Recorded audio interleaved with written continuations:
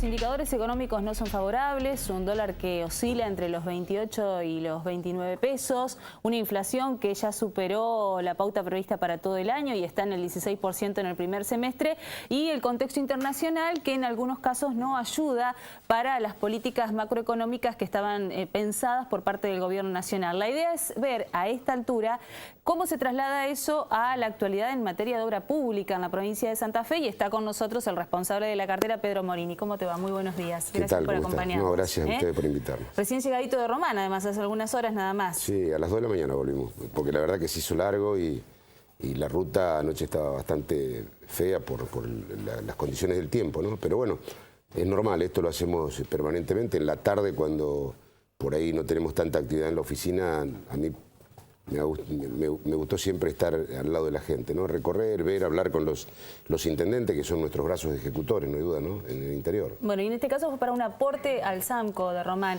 En materia de obra pública, en salud hay una fuerte apuesta del gobierno. En base a lo previsto y este contexto económico, ¿se está pudiendo cumplir con lo pautado? Sí, nosotros venimos muy bien, es decir, las obras que tenemos en marcha, que son muchas, o sea, de nuestra cartera son alrededor de 80 obras de las grandes, ¿no? Es decir, cuando hablamos de obras grandes, hablamos de los hospitales que tenemos en marcha, que son 4 de los grandes hospitales. O sea, hoy está en marcha Reconquista, que es un hospital que se va a terminar para el primer trimestre del año que viene, igual que el hospital Iturraspe. Y después tenemos el hospital de Rafaela y de Rosario, que ya todo lo que es la infraestructura de los dos hospitales se está terminando. Rosario se están haciendo ahora, hay bastante personal trabajando. Y Rafaela vamos a licitar en el mes de septiembre, seguramente ya la etapa final, que es todo lo que es el cerramiento, divisorios, pisos, electricidad, gases, que bueno, es un hospital del tamaño casi del Iturraspe y del propio hospital de Reconquista. Y después tenemos hospitales más chicos, como el caso del de Coronda, que lo licitamos hace poco, que también es la parte final del hospital. Y bueno, y después obras de la magnitud como es tribunales o como fue la plaza, o como el Museo del Deporte en Rosario, la cantidad de CAPS que seguimos construyendo en esta ciudad y en Rosario, escuelas, justamente el 31 vamos a inaugurar la de Santo Tomé, la escuela, sí, muy la esperada. 614. Sí. Ya está funcionando la escuela hace un mes que está funcionando, pero está migrando de la escuela vieja a la escuela nueva. Esa es una escuela de 1.300 metros, una inversión de 130 millones de pesos, 3.100 metros, perdón, 130 millones de inversión. Y así, bueno, el instituto en Reconquista, en Avellaneda, en cada una de las ciudades, en Rafaela el hogar de menores madres. Estas son las obras que tiene nuestro ministerio, que no es el más importante, sino que infraestructura es el más importante, porque ahí están las grandes rutas, están la repavimentación que se está haciendo en la provincia, obras como el desagüe aquí de Zona Cero, la planta de bombeo, es decir. Y bueno, y después acueductos, que son obras millonarias, ¿no? Obras de infraestructura que le cambian la calidad de vida a las personas y que, por ejemplo, pensando en educación, en salud, en desarrollo social, implican una fuerte decisión para que eso ocurra, pero además después la posibilidad del mantenimiento, de seguir avanzando en otras obras complementarias. La mirada es integral. ¿Cómo se hace o cómo se genera eso en materia de obra pública? Bueno, yo creo que hay un plan que son, yo lo digo todos los días, nosotros invertimos 29.000 millones de pesos este año en obra pública, que son más de 80 millones por día que invierte la provincia. Tanto en hábitat, que se van construyendo viviendas, o se hacen obras complementarias también, que no es solamente las viviendas, porque yo fui presidente comunal, antiguamente se construían solamente las viviendas de parte de la provincia. Después venían los problemas. Después venían los problemas porque no había pavimento, no había agua, no había cloaca. Hoy la mayoría de los lugares se busca de que también cuando se recibe una vivienda tenga esos servicios, ¿no es cierto? Porque eso permite también calidad de vida a aquella persona que va, porque si no lo tiramos en un barrio alejado, donde después no tiene una vereda para mandar a los chicos a la escuela, no tiene un pavimento para poder salir, o no tiene agua, o no tiene cloacas. Cosas que en el interior muchas veces cuesta, ¿no? Yo vengo de un pueblo del interior, de un pueblo que hoy es ciudad, pero que nos costó todo hacerlo, desde el agua potable y las cloacas, financiada por los propios vecinos. Hoy es muy común de que la provincia esté poniendo dinero en obras que se están haciendo en las propias municipalidades para ayudar, lo vemos en el sur, en donde se están haciendo obras de cloacas o obras de agua potable, donde la provincia tiene una fuerte inversión, ¿no? Y eso genera empleo, que es uno de los datos de la economía santafesina que se diferencia del resto, más allá de que en el sector privado la situación está muy complicada y hubo en este momento la necesidad de desprenderse de fuentes de trabajo. Pero en el caso de la obra pública, si funciona, se genera empleo. ¿Ustedes también lo ven así? Digamos, ¿qué dicen las empresas o cómo las empresas se manejan con ese tema? No, no hay duda, porque además se genera empleo santafesino, que eso es lo más importante. Es decir, estaba mirando recién ahí en el monitor obras de desagüe que estaba recorriendo el ministro Garibay, que son obras muy importantes, que muchas veces no se alcanzan a ver porque van por bajo tierra, ¿no? Las cloacas, los desagües y el agua o el gas son obras que se entierran y que la sociedad por ahí no las alcanza a magnificar de acuerdo a la inversión que se hace, porque son las obras más caras normalmente.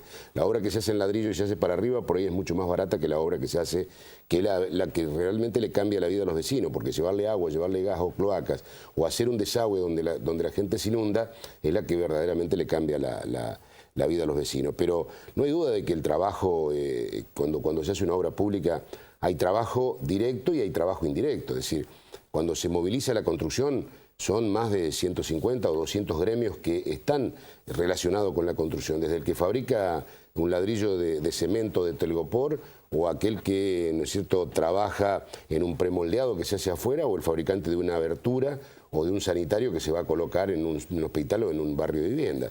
Sí, la ventaja que tiene la construcción es mover una cantidad importantísima de rubros que son directos, con empleos directos de la UOCRA, pero también que son indirectos con otros tipos de empleos dentro de la misma ciudad o en otras ciudades de la propia provincia, ¿no? ¿Hay pedidos de redeterminaciones de precios de parte de las empresas? ¿Puede haber una lentificación en el plan de obras? ¿Qué va a hacer la provincia en base a esta situación macroeconómica que en algunos casos plantea inconvenientes a la hora de tener sobre todo liquidez, ¿no? De contar con el efectivo? No, nosotros por lo menos tenemos garantizado en el tema de las obras que estamos haciendo, y además no vemos lentitud en ese aspecto, porque decir, se está pagando como se venía pagando, pero además todo lo que es redeterminación de precios la provincia lo viene haciendo, y nosotros tenemos una comisión que es muy plural, porque está integrada por la Cámara, por la UOCRA, por la gente de nuestro ministerio, por la gente del Ministerio de Infraestructura y la Secretaría de Hábitat. Hay gente de todo lo que es el sector empresarial que también contribuye en este tema de la redeterminación de precios, y esto también hace que cuando uno empieza una obra tiene un presupuesto base, pero con 30%, 40% de inflación. Este año vamos a tener 30% como mínimo. Sí. La redeterminación de la obra, que no significa que sea muchas veces el 30%. Depende en el estadio que esté la obra. ¿Por qué? Porque si uno está haciendo hormigón, tiene una actualización. Si está colocando aberturas en un hospital o cerramiento, tiene otro tipo de actualización. El índice de la construcción es un índice orientativo, pero la redeterminación de precios se hace de acuerdo a la cantidad de cosas que en ese momento la empresa está trabajando o está colocando dentro de un hospital. No es lo mismo equipar un hospital del punto de vista de hoy, de lo importado, especialmente cuando hay que colocar un tomógrafo, hay que colocar equipos de alto valor, que estar haciendo la obra básica de hormigón, que es totalmente distinta, ¿no? Claro. Además, por el cronograma de licitaciones tampoco está previsto pararlas, al contrario, está todo en marcha. Nosotros además sabíamos, yo en el mes de enero ya conocía de que Nación no iba a hacer aportes por este año para el tema de los hospitales, porque nos habían comunicado en función de que no había presupuesto para este año. Y bueno, teníamos 200 millones para el Hospital de Reconquista y 300 para el Hospital de Santa Fe, de los cuales pusieron 100 millones para Reconquista y 100 millones para Santa Fe. Nos están debiendo 200 de aquí y 100 de Reconquista. Pero el gobernador ya había tomado, junto con el ministro de Economía, la decisión de que los dos hospitales no se paraban, porque son dos hospitales muy necesarios, ¿no? ¿Hoy se están haciendo obras solo con fondos de la provincia, en general? En nuestro ministerio sí, solamente con fondos provinciales. Es decir, todas las obras que... Nosotros teníamos muy pocos fondos nacionales ya afectados a esto. Infraestructura y hábitat posiblemente tengan más cantidad, pero nosotros eran las dos únicas obras que dependíamos. Estamos trabajando en una obra muy importante como tribunales y se sigue avanzando, en la Casa de la Cultura, aquí en Santa Fe. Tenemos muchísima cantidad de obras. Vamos a inaugurar dos nuevos CAPS que tenemos. Uno inauguramos y otro vamos a inaugurar. Ahora es el de Pompeya, el otro día inauguramos, ¿no es cierto?, el CAPS de la otra zona muy cercana, que está sobre la misma avenida. A Pompeya va a haber un alero. Porque sí, también se va a licitar un alero para Pompeya. O sea que se está focalizando en sectores de la ciudad donde había mucha postergación en infraestructura social, sobre todo para esos barrios. No, pero además de Pompeya, ahí muy cerquita, sobre Avenida Peñalosa, la continuación de Peñalosa de Gorriti hacia adelante, ahí tenemos una obra que costó 110 millones de pesos. Mega obra. Es una mega obra que está lista para inaugurar. Tuvimos inconvenientes con la construcción de esa obra, especialmente con la ciclovía que se hizo se renovó en forma total. Y ahora estamos viendo si al frente del colegio podemos arrancar el lunes. Ahí hay un colegio en Gorriti y Peñalosa, en donde queremos hacerle también todas las darse en estacionamiento, la calle nueva frente al colegio y la iluminación, que es un complemento de esa obra para que quede, por lo menos por ahora, la media mano de Peñalosa, que tiene 2,4 kilómetros, que nos une hasta el límite con Montevera, pero en el futuro lo que queremos es que algún día se haga la otra mano, porque eso le va a dar... A los vecinos de esa zona le ha cambiado la vida realmente, porque es un lugar donde antes no tenían forma de salir, ¿no? No, y llovía y había que buscar por dónde. Además los desagües, porque la obra también tiene la parte más cara de la obra son los desagües. Ahí está el famoso desagüe del Sable, ¿no es cierto? Donde se está terminando la obra, que ahí demoró un poco la obra porque hubo que colocar un caño subterráneo de mucha importancia, ¿no? Sí, una mega obra. Bueno, pero cambiemos de tema porque también se están cumpliendo 10 años de... Hace 10 años a esta altura seguramente estaba con muchas horas de cansancio después de una maratónica sesión donde todo terminó con el voto no positivo de Julio Cobos. Usted estaba sentado en una de las bancas. No, pero yo fui diputado, esa noche fue en el Senado. Y yo digo que mire, yo no coincido con el periodismo en el tratamiento que le está dando al tema de la historia de la 125. Como no coincidí en su momento, porque yo vengo de un sector, soy un productor pequeño, y nosotros, el gran debate se dio en la Cámara de Diputados. Cuando fue al Senado, el Senado solamente... Como suele ocurrir con la mayoría de los debates, ¿no? Claro. Por eso, y como diputado, en esa banca, digamos, y con sus antecedentes, con la historia tan cercana a los productores santafesinos, ¿qué es lo que tenemos que recordar de esa 125? Yo creo que la 125 abrió la grieta en el país. O sea, la noche del 18 de julio, la madrugada del 18 de julio, creó una grieta que ya se venía generando a partir del 22 que se había votado en diputados, que habíamos perdido por 7 votos en diputados. Además porque íbamos ganando, yo estoy convencido. Nosotros a las 4 de la tarde teníamos 3, el raconto que hacíamos era que estábamos 3 diputados arriba. La ley se terminaba ahí, no había problema, no hubiera pasado lo que pasó después, ¿no? Pero bueno, 4:30 de la tarde ingresó Néstor Kirchner al Congreso y sabíamos de la muñeca política del expresidente y fue convenciendo de alguna manera, no tan santa, con algunos gobernadores especialmente, pidiendo el voto de los diputados que faltaban. Y terminamos con 7 diputados, ¿no es cierto?, votando a favor, o sea, nos ganaron por 7 votos. Cuando la ley, que realmente ahí tuvimos un momento, la verdad que ahí tuvimos un momento muy importante que podríamos haber arreglado y haber sacado una ley de consenso, o por lo menos de una parte de la Cámara con mayoría, que era, recuerden ustedes, las primeras 300 toneladas libres, es decir, que los productores chicos de 150, 200, 100 hectáreas en la Argentina, hoy podrían tener las primeras 300 toneladas de producción de soja o de maíz en aquel momento, pero especialmente se hablaba de las retenciones móviles, 0,0 retención. Imagínense, un productor chiquito podría estar produciendo, cosa que me parece que en algún momento, y ahí la dirigencia agropecuaria se malentonó en determinado momento porque la presión que había debajo y de algunos sectores de la sociedad, algunos sectores que no tenían nada que ver inclusive con el sector del campo, pero que aprovechaban el momento para ver cómo confrontaban con el gobierno, nos arrinconaron de tal manera que la situación llegó a un punto de que no había retorno. Y creo que se perdió el gran momento. Se perdió el momento porque eso no hubiera generado la grieta que se generó. La grieta se generó en ese tiempo, en esas semanas, y yo le puedo asegurar, y esto vamos a ser testigos, especialmente ustedes que son jóvenes, la grieta se va a cerrar cuando desaparezca nuestra generación, porque el enfrentamiento que hubo ahí va a demandar años, ya llevamos 10 años y no ha mejorado para nada. No, y ayer incluso los dirigentes de ese 2008 y los actuales ratificaron su posición en contra de las retenciones. Hay un desánimo porque se esperaban determinadas políticas de parte del actual gobierno nacional que no se están cumpliendo. Hasta hace poco estaba al frente de la Secretaría de Lechería y el sector lácteo también está complicado, es decir, no ha cambiado demasiado si uno lo mira en ese sentido. La película es la misma, pero además ayer miraba a algunos dirigentes de mi partido, con mucho dolor lo digo, reunidos con Macri pidiendo de que no hay que cambiar, o sea, de no rebajar las retenciones, porque se trascendió esto, no salió en los diarios, pero trascendió de que en esa reunión estaban planteándolo. Mire, yo he discutido mucho con algunos amigos, especialmente con Ricardo Burjaile, que después fue secretario, sí, fue el ministro de la producción. Cuando asume Macri, nosotros fuimos con Luis Contingeni a plantear de que no había que sacar las retenciones en forma rápida, en forma brusca. ¿Por qué? Porque iba a quedar en el camino la producción de pollo, la producción de cerdo, los tamberos, todo lo demás. Recuerden que nosotros cuando asume Macri, la tonelada de maíz estaba alrededor de 600 pesos y pasó de 600 casi a 1.800, con lo cual no quedó nada en el camino. Ahí mucha gente se fue cayendo, cosa que va a ocurrir ahora.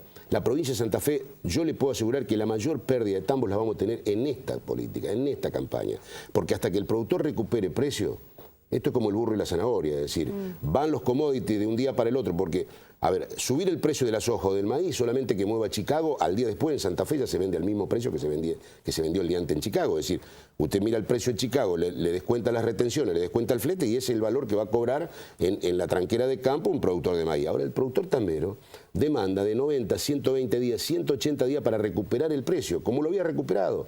El productor ya cuando había llegado a los 6 pesos y el maíz y la soja estaba más o menos en 3.500, 4.000, la venía peleando el productor. Ahora, cuando se le va la soja a 7.000 y pico, el maíz a 4.000 y pico, no hay manera de que el productor hoy le pueda dar. Hoy los tambos tienen más o menos un costo de producción de 1 litro de leche alrededor de los 8 pesos. Y va a ser imposible que con leche a 6.90 ese productor no termine fundiéndose. Ayer he hablado con productores, y no estoy hablando de productores, estoy hablando de productores que hacen las cosas bien. Sí, que son eficientes. Lo conoce desde hace muchos años. Y van a cerrar los tambos. En base a esa noche, la del voto no positivo, la figura de Cobos, ¿cómo quedó? Porque se deterioró al lado de Cristina, pero por otro lado, políticamente es una figura que prácticamente desapareció después. Bueno, ¿cuánto tiene que ver con esta grieta o no? La figura de Cobos es como la cerveza, ¿no? Cuando usted la pone en un vaso, parece que hay mucho, cuando baja la espuma no queda nada. Y esto yo creo que fue lo de Cobos. Cobos rifó un capital político, después de haber sido un muy buen gobernador de Mendoza. Ya cuando tuvo la alianza con el kirchnerismo quedó bastante mal con el radicalismo. Después tuvo un momento muy importante ante la política, pero ante la sociedad argentina por el tema del voto negativo. Y bueno, y después en poco tiempo se fumó la posibilidad que él tenía a lo mejor de ser el gran político de la Argentina. Ahora, hay una cosa que también los medios no dicen, ¿no?